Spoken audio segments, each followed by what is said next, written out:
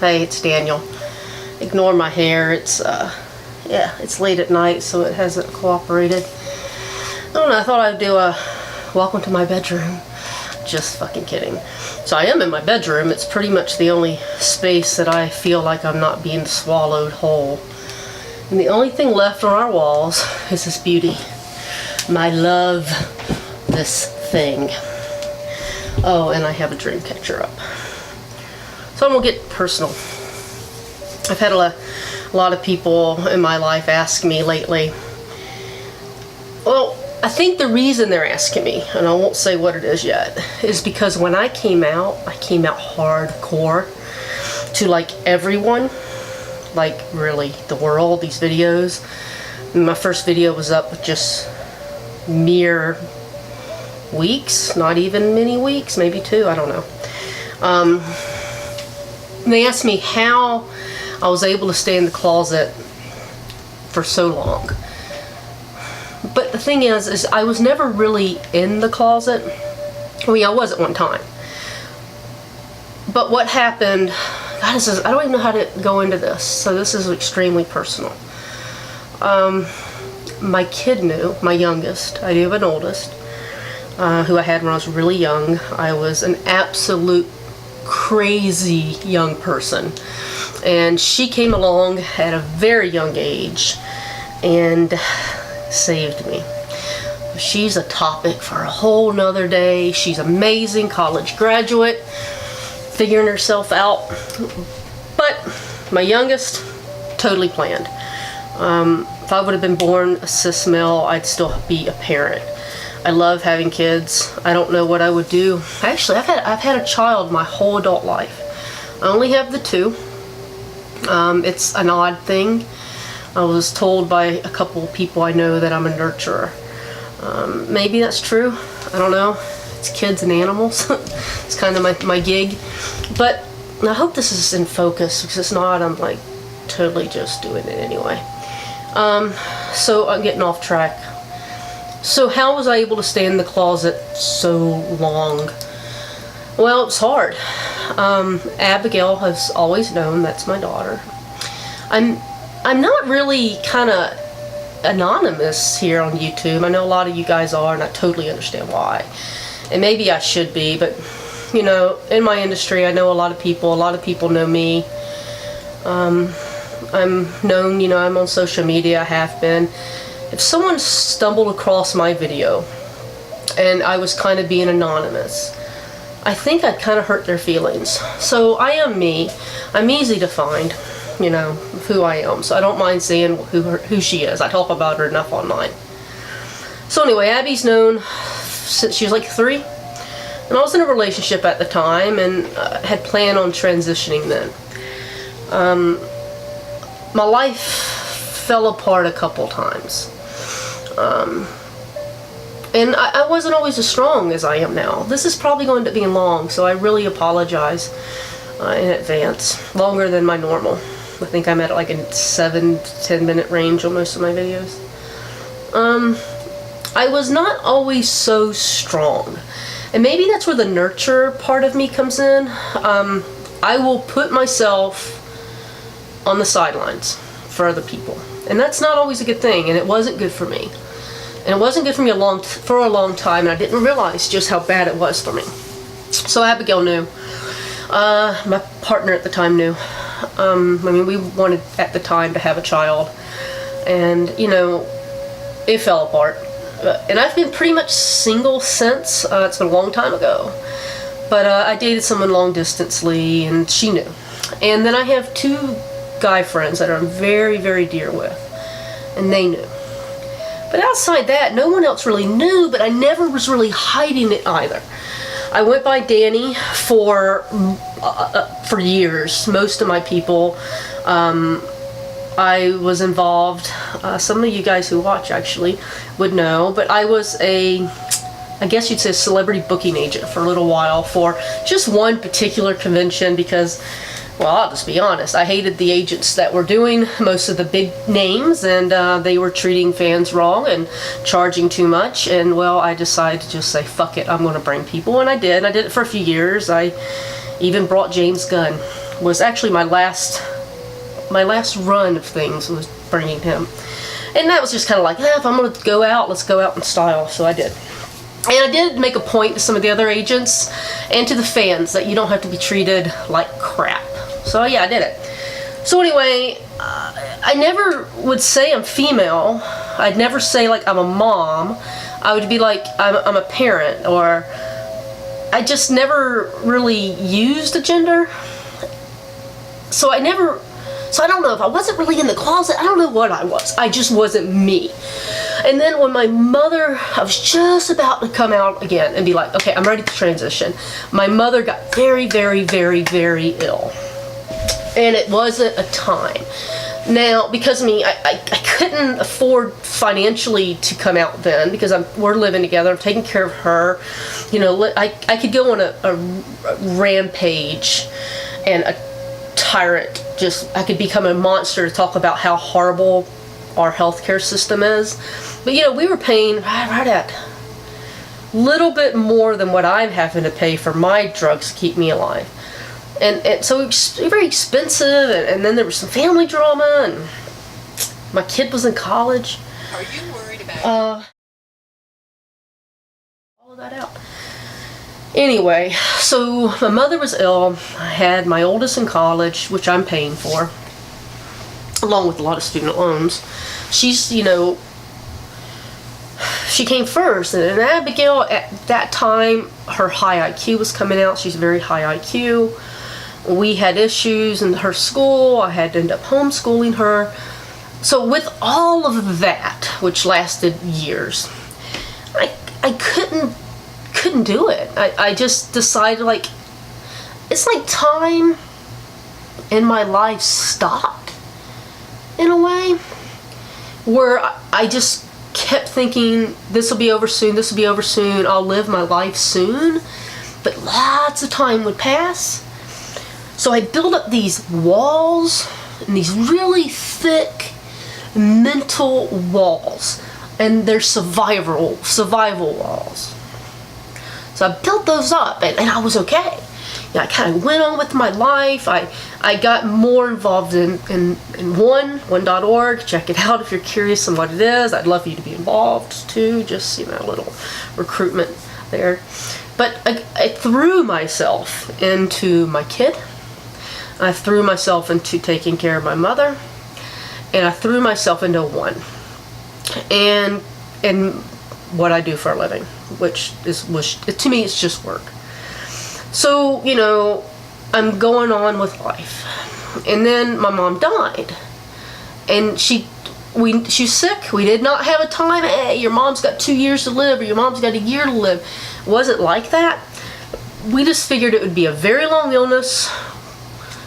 In my mindset, I was on the road to getting her better so she could live. She died at 73. I keep thinking she's like 70. But whatever. Like I said, me and time, you know, an age is just a number. I live in that mentality. So anyway, so she died very suddenly. She died at home. She died overnight. And then that's a whirlwind, because through this time of taking care of her, of us living together, you know, of course she's not working anymore and hasn't for years. Her retirement, yeah, she gets a retirement, but it's not like a lot of money. It's enough for a person to barely live on, a single person. And then I'm stuck in this weird world of working, but not being able to work as much as I need to, because I need to be there for her, because it was just us. And my sister and she were kind of on a bad terms and weren't in each other's life. And I had to respect that, because totally my sister has valid reasons. But it still left me to take care of her. So I couldn't work as much as I did. And long story short, we're living on a little tiny bit of money with a very big overcome, mostly because of her medications. So yeah, so it's me, Abigail, my mom, against the world, right? And then she died. It was very sudden. It was not planned. I had no money in savings, because at this time as well, because she wanted me to follow a dream. And a dream I had was this beautiful movie that Christopher Soucy wrote We sat down together and we planned this movie, and he wrote it and he rewrote it, and we came up with my movie. I love it, and was going to get it financed, and came very, very, very, very close twice. Turned down money once, actually, because it's a little different of a movie, and I wanted all my profits, which my profits were my budget package is beautiful, I must say, go to red.org, and through Red, money goes into the Global Fund. And my passions are in AIDS. I've lost people to AIDS. It's something that I've done in my activist work since the early 90s. I used to work for Aid Atlanta when I lived in Atlanta. My heart and passion is that. So I had this beautiful movie, very, very close to having it made, and my mom died. And of course, trying to get this movie made, going to meetings and traveling the world and enjoying a lot of this going to meetings, but still cost money, and I used all my money. So it left me in a very bad financial shape. It broke my heart, broke my child's heart, broke my oldest daughter's heart, who's very, very close to my mother. So my mother did help raise her because I was young, and traveling, and did my movie thing, and traveled the world. I've been all over the place in the business and traveled the world with my mother. So yeah, so that's how I was able to stay in the closet, because I built this huge wall, like I said, my wall of protection. And I've always had to remind myself, I live on an honor base, I live on an honor system. Honor, honor, honor. Because I do, to an extent. And I had to honor my mom. Now, I will say, through the last few months of her life, my mom and I were able to work out issues that I had from growing up, things that my sister has valid issues about, of the reason they had a strain on their relationship. I'm a lot younger than my sister. My sister I witnessed a lot and went through a lot with my mother, but I was a kid, and she was already kind of grown, so her perception is more of the truth. And my perception was more of, wow, this is a fucking cool life, when in retrospect, as an adult, and I look back, I'm like, no, you don't raise kids that way. Whatever. That was my mom's life. I was the little one, and I went everywhere with her. Did some cool shit, and I know I'm the adult I am now because of it, but still, hey, you know, it leaves you a little fucked up in the head. My mom was we were able to work things out, and some of the last conversations we had were a lot about gender. And she came to my room. We're night owls, naturally. My mom was just always a night owl. And she came to my room one night and said, "You're a two-spirit person." And she went on. I really didn't know what that was. I kind of knew, because I'm, Native American, like, history and culture, and especially their spiritual beings as they are, and all their different gods and all the things they believe in. I have a lot of interest in whatever. I mean, I've even done sweat lodges in Arizona and stuff, but I didn't really know much about the two-spirit people. I knew a little bit. And then she told me that's what I was, and we had a nice conversation about it. I'm like, well, I don't know if I'm a two-spirit person. So I said, Mom, I just think I'm male. And she just kind of smiled at me, and we really didn't talk much more about it. She kind of went back to her room, went to bed, and I went to bed. So in my mind, I felt like, yeah, my mom knew. And I hold a lot of comfort in that. And I hope the camera's not jiggling, because it's like on a tripod, on a thing on my bed, and whatever. But, so yeah, that's that. Okay, so after she died, I was just in a bad financial place. And then at the same time, I'm still going to all these meetings. All through 2015, I'm going to these meetings. I'm being invited to parties. I'm, had a very high in my career and with my movie. And I'm thinking, I'm going to get my movie made before I change careers. Oh my God, I'm going to be able to do this. That's going to bleed into what I want to do for the rest of my life. And that's not being on set. That's making movies where the profits go to something good. And not on a small scale, but on a big scale. Good movies, great people in them, win some awards, and then the monies go somewhere beautiful instead of lining pockets. Sorry, Hollywood, if you're watching this. Your system's fucked up. But it is. So anyway, so I couldn't come out then. I'm like in the midst of just stuff. And then 2016 happened, and well, I can't really get into 2016 too much, but 2016 sucked. Had someone that I don't really and will not talk about. Sometimes I forget that I shouldn't, and then I mention him to people, and then they get really like, what the hell are you talking about? And I'm kind of cryptic, and then I realize that I'm coming off very cryptic, and then I stop, and then I'm like, oh, now I'm cryptic, and they think I'm being cryptic, but I don't know what I'm doing, and so I just stop, and like, I didn't even say anything kind of attitude, like, so fucking stupid. But when you're in my line of work, and you've met people, and your mom knew people, you become this, like, people want to be your friend because you know people, and then the people you know who are kind of famous or whatever, then you're like, oh my god, you know, it's just an awkward world.